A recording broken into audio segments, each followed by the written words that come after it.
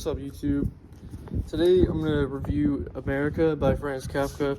I literally just finished it, and it was really good. I really did enjoy it. So, just kind of thinking back on some of the things I've read throughout the book, it was really good, but this in particular work by Franz Kafka is one that he didn't finish. So he wrote the last chapter that he wrote for it, but it actually was not finished. And you can kind of tell that there's some fragments in there, and it definitely could have had more written in it, but it was really good. It starts off with following Carl, and he has to leave Germany, which is where he's from, obviously, but it's because he got pregnant, a girl that was, it's kind of written to where she was coming on to him, and she was kind of written off as evil. I think her name actually, I think it's like Brummer or something like that, means like blowfly or just fly in German, which I thought was interesting. Obviously, I really enjoyed the writing style. The writing style is really great. He kind of progresses through the book. At first, he comes to America and he comes into contact with his uncle, who is a senator, and he goes to live with him for a little while. And then, obviously, I'm gonna try not to give too much away, but then he goes to visit one of his uncle's friends, and from there, since I think his uncle didn't want him to go or something. They only wanted him to stay like a night, but he ends up sending a letter to him that he should stay on his own. And so from there, he kind of goes off on his own, looking for work in New York, and then he meets a couple of people in his search who are also searching for work in his search for a job, and it's Robinson and I forget the other guy's name. Something Delamarche, that's his name. And they're kind of interesting characters. Throughout the book, they're kind of like his friends in the beginning, but they're drunks and they're always kind of getting into some kind of trouble, which is interesting. Throughout the book, you kind of want Carl to be going to do something that's more to his skills, because in Germany he was studying to be an engineer, and you just kind of hope it progresses to this point. In one of the fragments, he actually does get a job that's kind of closer to his skills, which is pretty cool. And he has one other job in the book, which it kind of comes to an abrupt end, which it isn't really, in my opinion, it wasn't really his fault. Which it really wasn't his fault why he got let go from that job, but it was really interesting, and it's a pretty quick read.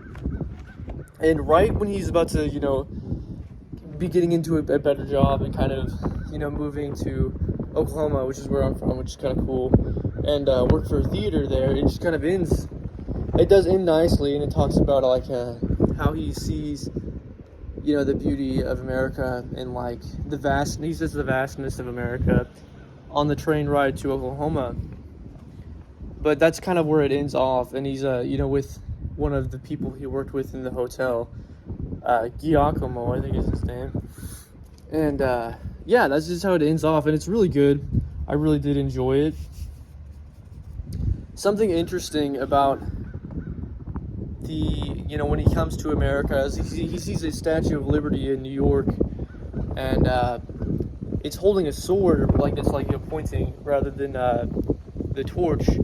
And supposedly, I read this in the very beginning when I was I briefly went through the translator's preface, but I didn't read all of it because I didn't want to get too much information about the book before I actually read it. But it talked about how that's supposed to be the spirit of adventure, and that's why he wrote it that way, which was interesting to me.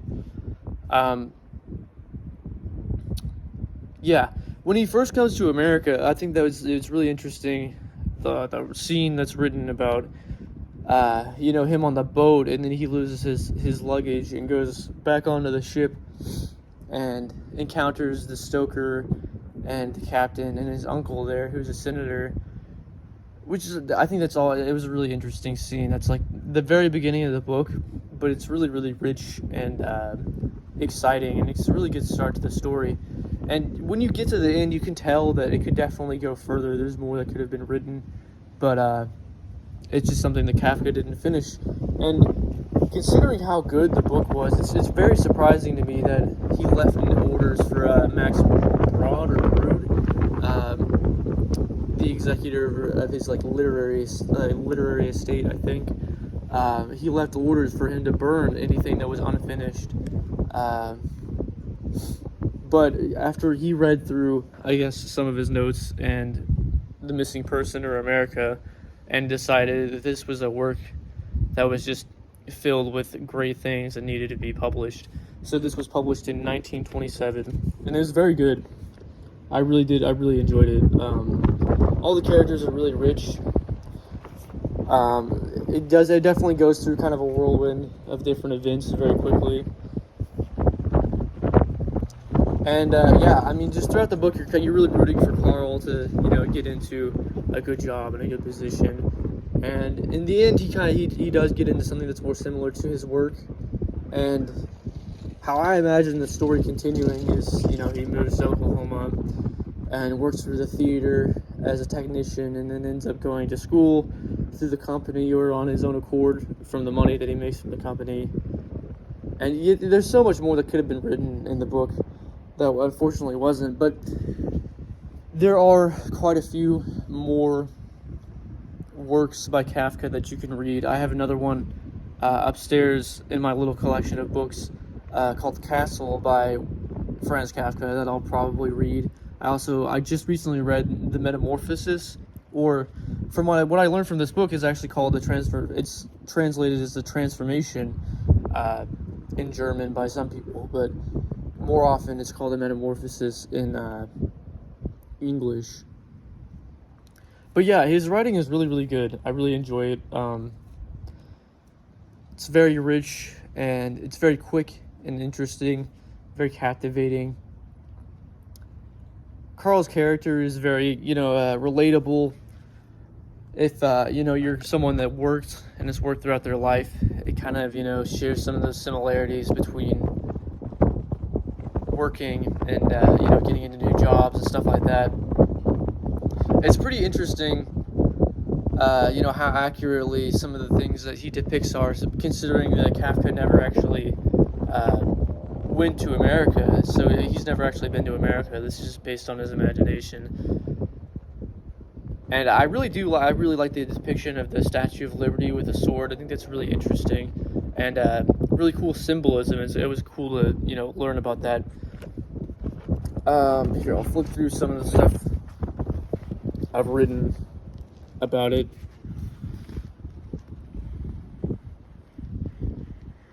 Okay, so yeah, at one point he ends up going back to Robinson and Delamark once he's let go from the hotel, and they want him to become a servant for this woman in the book. I forget what her name is. Let me see. Brunelda is her name, and it's kind of funny how she's described as that he describes her as excessively fat, and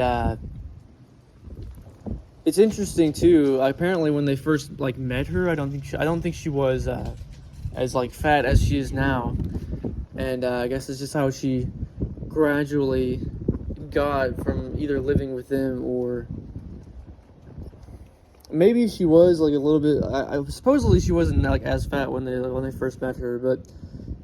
She ends up letting go all of her servants and moving and selling a lot of her possessions, but they live at the top floor of an apartment complex, and Robinson has become one of the servants, and Carl actually ends up becoming one of the servants as well, which is kind of interesting to me. During that portion of the story, or at least I really hoped that he wouldn't end up doing that and he would just escape, which he tries to, but ends up becoming their servant for a while, and then he gets a job doing something else that's more related to what he studied in Germany, which was really, really good. It's a kind of a nice wrap up to the story. Although he did just he wrote the last chapter and it could have been continued, which you could kind of tell.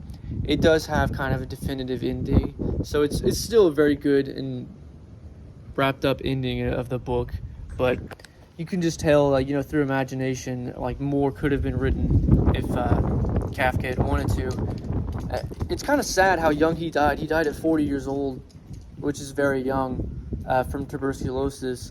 And just, it's, you know, thinking about how much more he could have written, considering he might have come back and finished Amerika had he lived a little bit longer, or just lived longer in general. I wish he would have lived a lot longer so he could have written more works.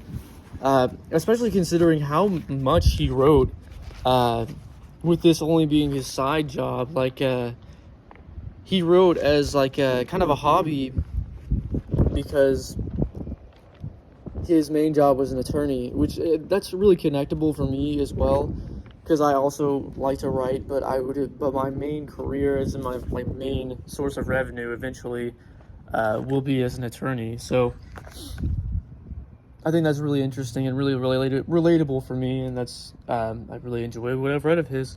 I've been recommended The Trial by him as well, so I'll probably get a copy of that and read that at some point.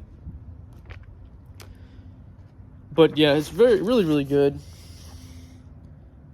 Like, the main portion of the story before the fragments just ends off as him as a servant to Brunelda with Delamark and Robinson, and then the fragments has Brunelda moving somewhere else, and then the very last fragment is just Carl getting a job with the Oklahoma Theater and moving to Oklahoma.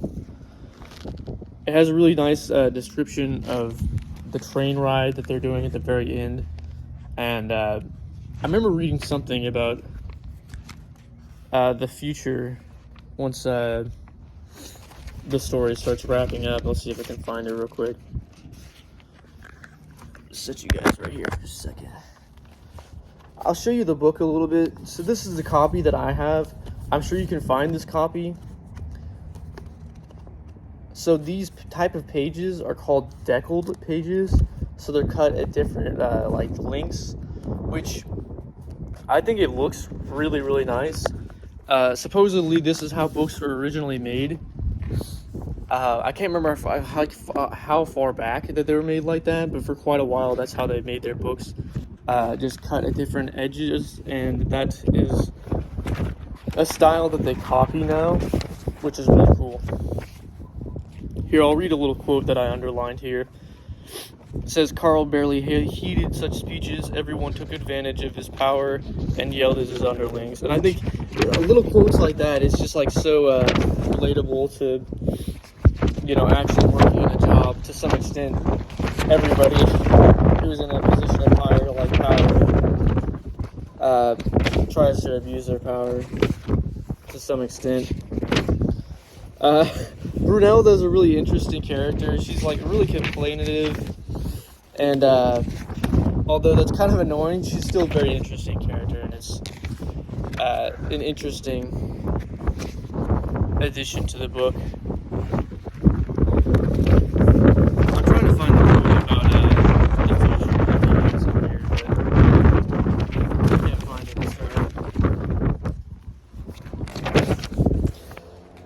Regardless, if I can't find it, it kind of seems like something that would be applicable to, you know, doing things in your life, you know, but while you're still alive and getting stuff done. But it was really interesting.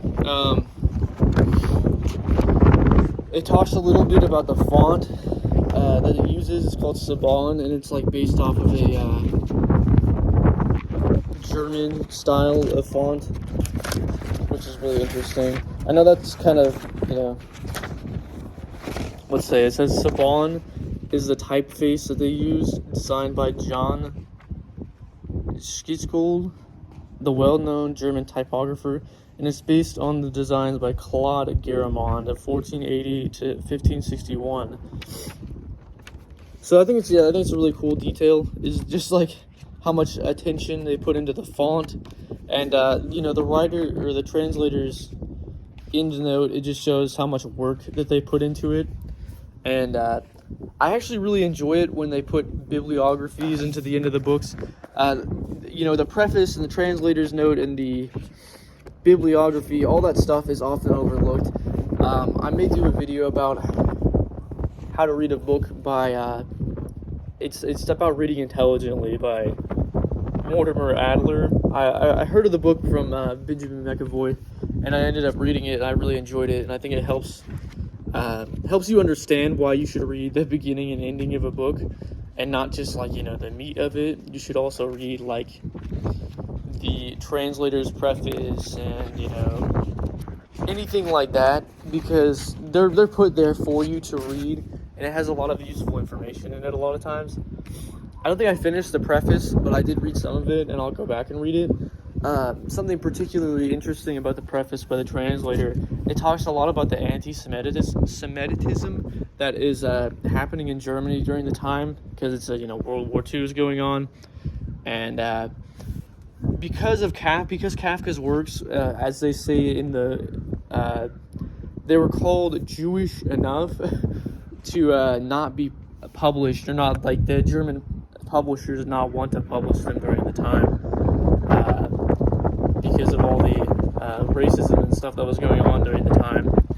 And I think there's some of his works, some of his early works, that were burned by the German government, which is awful. I mean, I think it's terrible to burn. Obviously, there's a quote by someone, I can't remember who said this. I wrote it down at one point to look into and read. But and it was kind of, what's the word for it?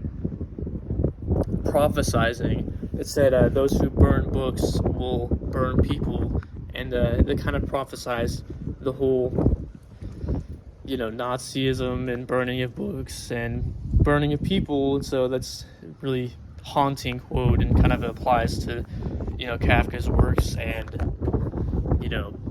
all of the things that went on during the Holocaust and all that, which it's awful that happened, but I think it's particularly applicable to his works, because some of his works will never see the light of day because they were burned by the German government.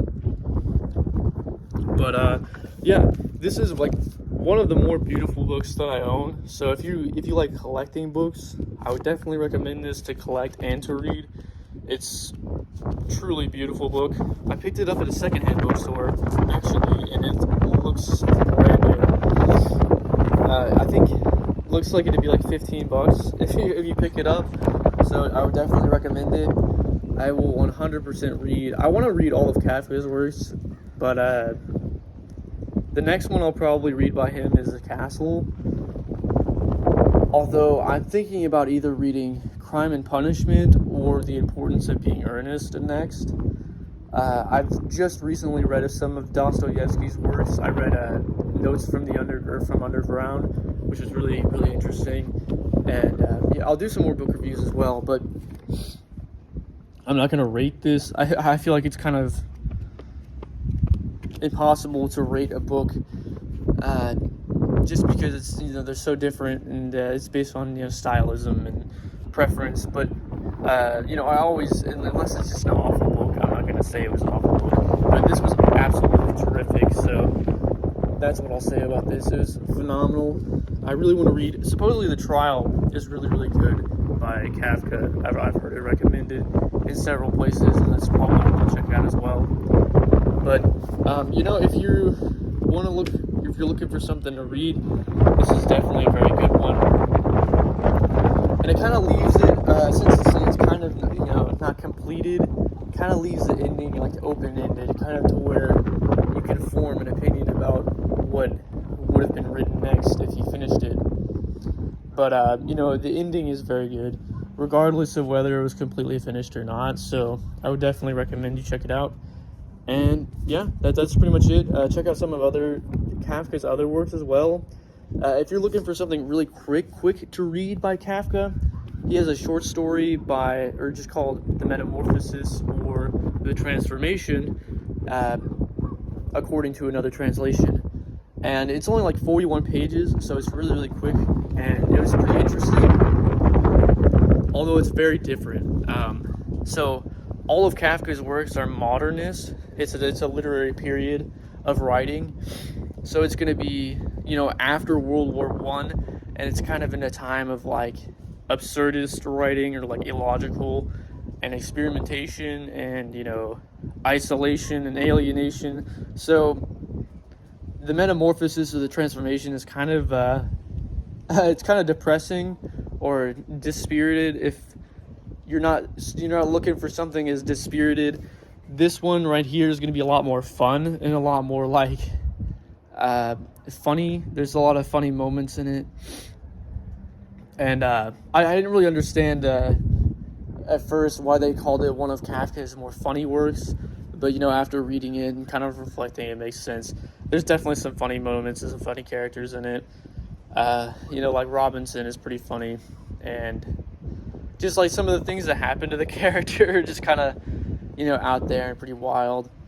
And then Brunelda is a very funny character. She's just kind of, bitter and arguing, but it's really good. I would definitely recommend it.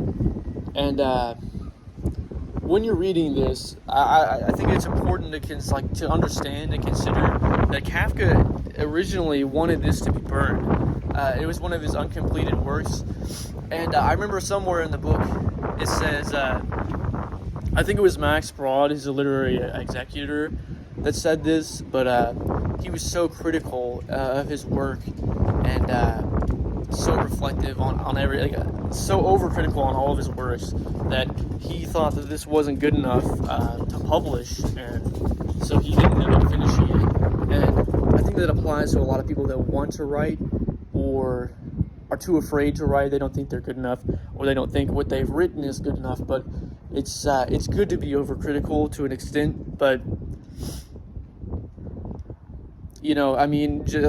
this is an amazing work by Kafka, and he didn't even finish it and didn't consider it to be, good enough to publish, and he literally wanted it to be burned rather than put into the public. But supposedly,